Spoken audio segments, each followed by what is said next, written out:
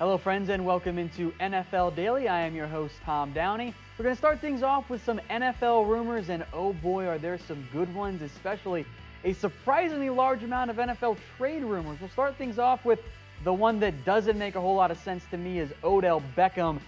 So Pro Football Talk kind of analyzed the interview he did with Derick Anderson, which drew some criticism from the Giants themselves and head coach Pat Shurmur, in which Beckham kind of said, I don't know if Eli Manning's the problem or not, and said that's a tough question when asked if he's happy in New York, which is not a good sign for the guy the Giants just paid.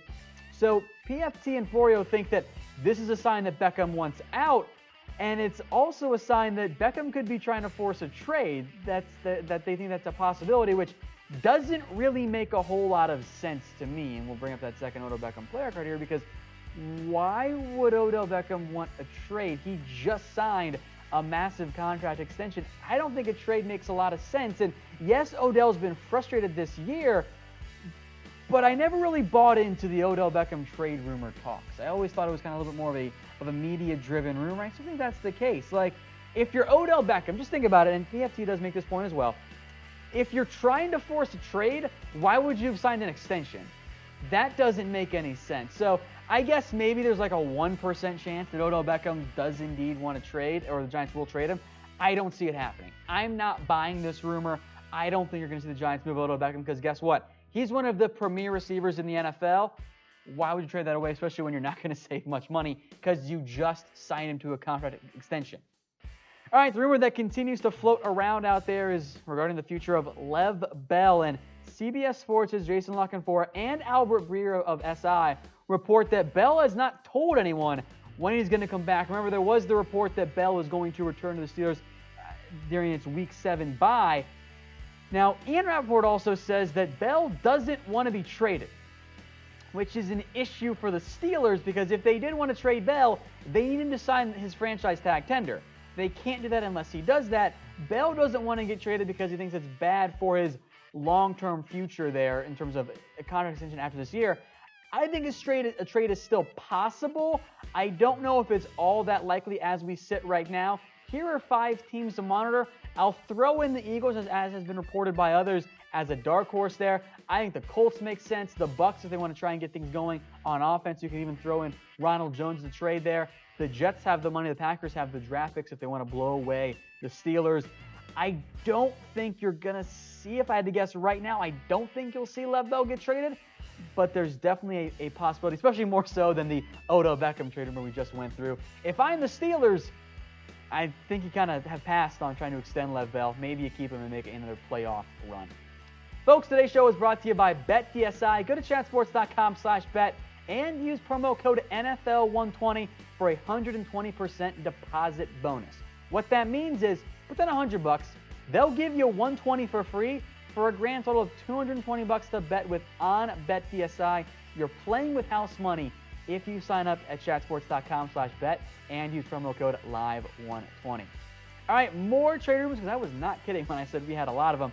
Cardinals have 2 of them, both involving linebackers. So Hassan Reddick, now you guys might remember him, the sudden riser last year in the NFL draft that skyrocketed up draft boards after a great Senior Bowl and Combine showing, has played only 30 snaps this year, and the Cardinals are reportedly listening to offers according to CBS Sports, which is surprising to me, because even though the Cardinals reportedly think he's having a tough time learning the new defense under Steve Wilks, this was a former first-round pick from not that long ago. You want to get rid of him already? That's interesting. Now, I did put together a trade machine package for you guys. Maybe actually get a higher pick. Maybe you can get a 3rd, but Reddick has not been playing. The Cardinals don't have much leverage in any trade package. How about they trade him off to the Giants, who could still use, I think, some more inside linebacker help. Reddick gets to reunite with DC James Betcher. The Cardinals at least get a 4th-round pick, and they continue to revamp their inside linebacker core. I think it's a bad idea, though. If I'm Arizona, it is too early to trade away Reddick. You're not going to get proper value. On the flip side, if he keeps playing poorly, you're not going to get anything back for him. But I'm typing in 4. I don't think it's time for the Cardinals to trade away Reddick. They need to try and develop him, even if he is having a tough time learning the defense.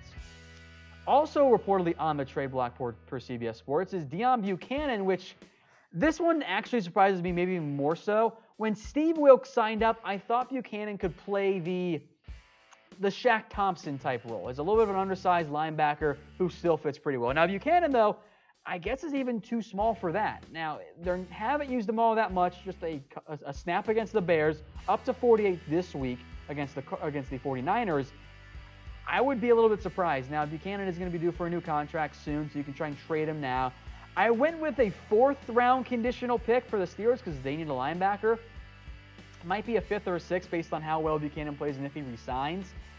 It's tough because this might be too much. I went with a 4th in part because A, Pittsburgh lacks a 5th-round pick, and B, and I'll make note of this too, Alec Ogletree went for a 4th and a 6th plus a 7th going back in addition to Ogletree. So I kind of think maybe that's about the right value for Buchanan. Maybe it's too much. Let me know what you guys think in the comments section. I kind of think that's around the right value for Buchanan. Maybe it's too much, but Pittsburgh definitely needs a linebacker because without Shazier, I don't like that linebacker core at all. All right, another trade rumor. DeVante Parker, conflicting reports here on this one. Michael Lombardi says yes. A couple of Dolphins logo guys say no, that the Dolphins are trying to trade Parker. Parker's been a bust. The report is that Gase is just tired of dealing with the injuries, and frankly, I get that for the Dolphins because Parker has not been good in his NFL career.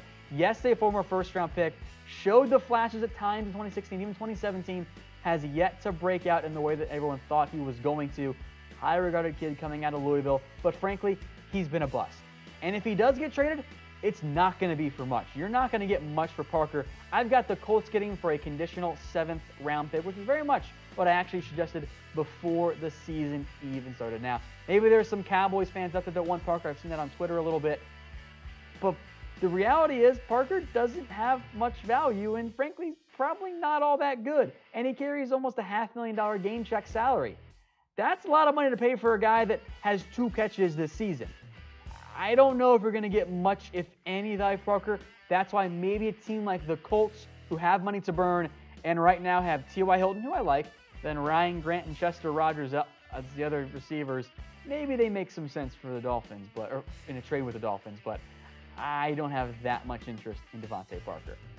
Speaking of not having much interest, Ereck Flowers, because the Giants are done with Ereck Flowers. They're going to try to trade Flowers, but the report from Adam Schefter is that if he's not dealt by the 4 p.m. Tuesday deadline, he'll be cut. Guess what? Ain't no one trading for Ereck Flowers because he is bad at football. He has been a disaster at both left and right tackle for the Giants. They've already benched him. They benched him after week 2. The Giants leaked that in a desperate attempt to get somebody to trade for Ereck Flowers. Nobody's going to. He's making a little bit of a higher salary too. You're not going to see anyone make a deal for Ereck Flowers. His time in New York is done. They're just going to go ahead and cut him, I think. All right, Everson Griffen, some updates here from Adam Schefter again. The report is that he's not expected back in Minnesota anytime soon. He is dealing with some mental health issues and problems off the field. They're very concerning. Hopefully he can get his mind right and get back on track. It's unclear just how long Griffen is going to remain away from the Minnesota Vikings. And that's unfortunate for both parties involved, even though Stephen Witherly has looked very good in his place. Again, there's more important stuff here than the on-the-field stuff. Hopefully Griffen can get everything back in order, but don't expect him back with the Vikings anytime soon. All right, next up, we'll stick in the NFC North here. Aaron Rodgers, he is reportedly frustrated with the Packers' offense and Mike McCarthy, and where have we heard that before? This is not the first time we've seen the Aaron Rodgers, Mike McCarthy, those two don't seem to be getting along for whatever reason, rumor out there. And frankly, with the Packers having issues coming off a bad loss to the Lions, kind of think that Mike McCarthy's on the hot seat again. And I kind of mentioned this on our NFL hot seat earlier last week, and other people in the Chat Sports staff didn't like it, but I think there's some real talk here.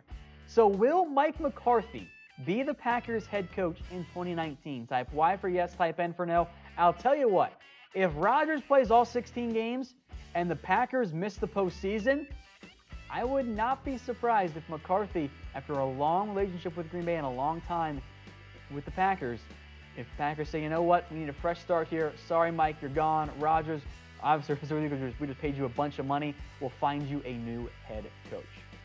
All right, folks, if you like this awesome shirt that I'm wearing, get one of your own at Mizzen and Main. Go to comfortable.af today and get yourself the most comfortable dress shirt you will ever own. Performance wear fabrics, they're made here in America.